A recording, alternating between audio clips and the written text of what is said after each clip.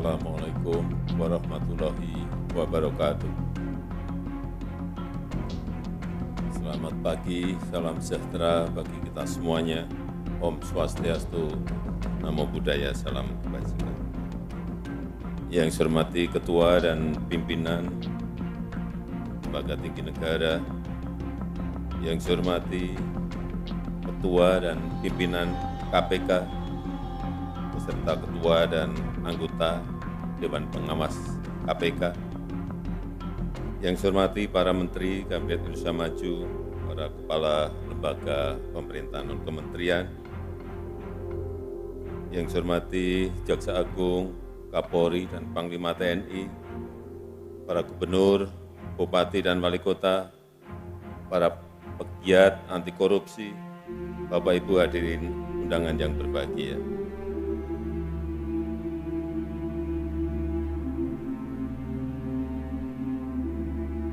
Korupsi adalah kejahatan yang luar biasa, yang menghambat pembangunan, bisa merusak perekonomian bangsa, dan juga bisa menyengsarakan rakyat.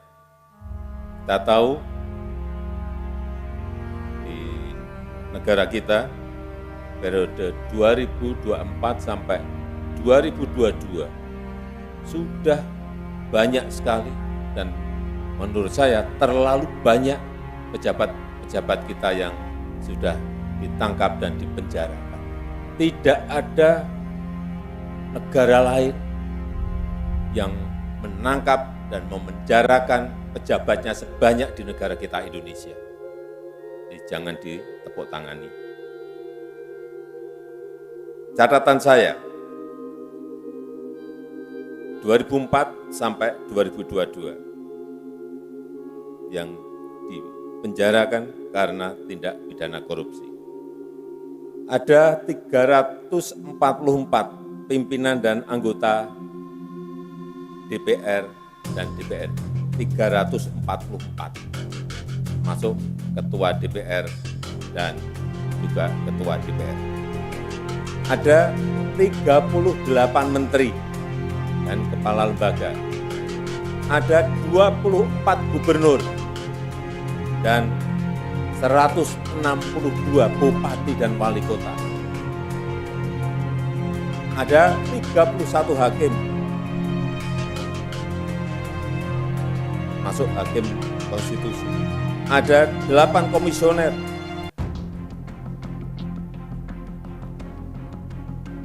Di antaranya komisioner KPU, KPPU, dan KY. Dan juga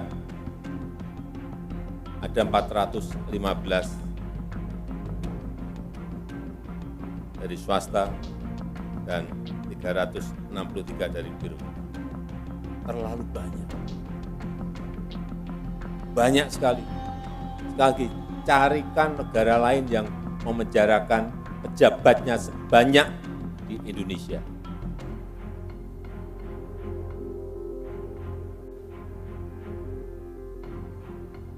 Dengan begitu banyaknya orang pejabat yang sudah dipenjarakan, apakah korupsi bisa berhenti? Berkurang. Ternyata sampai sekarang pun masih kita temukan banyak kasus korupsi.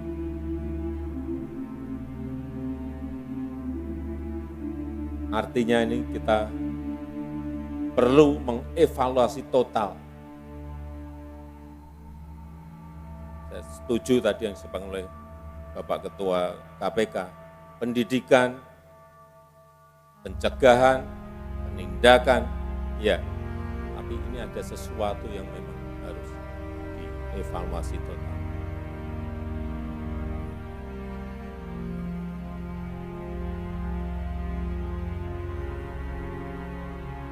Kembali lagi, apakah korupsi berhenti?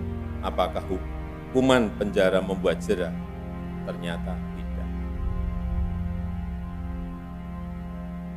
Karena memang korupsi sekarang ini semakin canggih, semakin kompleks, bahkan lintas negara dan multi yurisdiksi, serta menggunakan teknologi mutakhir. Oleh sebab itu kita butuh upaya bersama yang lebih sistemik, butuh upaya bersama yang lebih masif, yang memanfaatkan teknologi terkini untuk mencegah tindak pidana korupsi. Kita perlu perkuat sistem pencegahan, termasuk memperbaiki kualitas SDM, aparat penegak hukum kita, sistem pengadaan barang dan jasa, sistem perizinan, sistem pengawasan internal, dan lain-lainnya.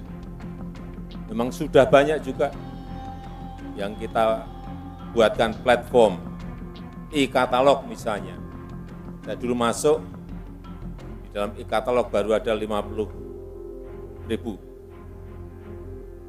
barang yang dimasukkan. Sekarang, saya tadi pagi, kita laporan dari Kepala LKPP, sudah 7,5 juta barang yang masuk ke e-katalog. Ini lompatannya sangat cepat sekali. Kemudian juga online single submission. Jangan sampai ketemu pengusaha dengan pejabat. Ini juga sangat membantu. One map policy, saya kira memang belum selesai, tetapi sudah 60-70% selesai, dan 2024 ini akan kita selesaikan. Ini akan sangat banyak membantu memagari orang untuk tidak korupsi. Pajak online, saya kira juga sangat bagus. Kemudian sertifikat elektronik juga bagus. Semuanya dibuatkan aplikasi platform yang baik dalam rangka memagari agar tidak terjadi korupsi. Tadi Pak Ketua juga menyampaikan, Bapak Ketua menyampaikan mengenai SIPD, juga pencegahan. Kemudian sistem logistik nasional, coba dibandingkan sebelum dan setelah ini, apa yang telah kita perbaiki. Simbara untuk batu bara dan kemudian nanti akan masuk ke nikel, boksit, ke tembaga, saya kira ini akan juga kita bisa mengontrol berapa banyak sebetulnya sumber daya alam kita yang sudah dieksploitasi, kemudian diekspor dan lain-lainnya. Yang terakhir mengenai penguatan regulasi di level undang-undang, ini juga diperlukan. Apa? Menurut saya, undang-undang perampasan aset tindak pidana ini penting segera diselesaikan.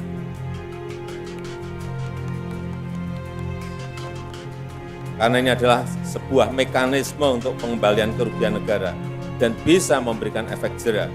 Dan saya harap pemerintah DPR dapat segera bahas dan menyelesaikan undang-undang perampasan aset tindak pidana ini. Kemudian juga undang-undang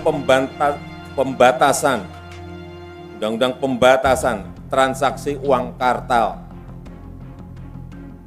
yang mendorong pemanfaatan transfer perbankan. Ini semuanya akan lebih transparan, lebih akuntabel, juga sangat bagus. Dan dalam peringatan Hari Anti Korupsi Sedunia ini, saya mengajak kita semuanya, mari kita bersama-sama cegah tindak pidana korupsi dan bisa memberikan efek jera kepada para pejabat yang melakukan korupsi. Saya rasa itu yang ingin saya sampaikan dalam kesempatan yang baik ini. Terima kasih. Wassalamualaikum warahmatullahi wabarakatuh.